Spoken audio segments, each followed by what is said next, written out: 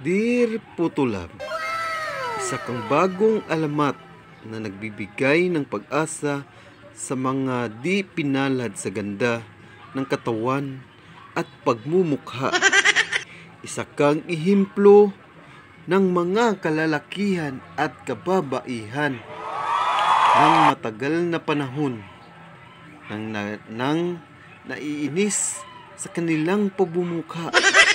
Isa kang inspirasyon para sa mga nagnanais na makitang makamit na nila ang pinapangarap nilang gandang pagmumukha.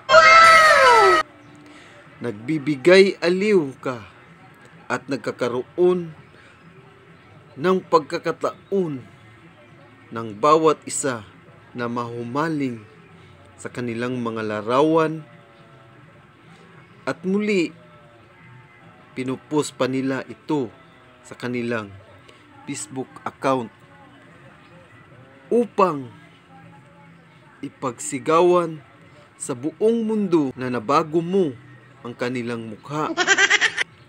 Kahit ito'y panandalian lamang. Maraming salamat, Putulab. Nagmamahal, Helga.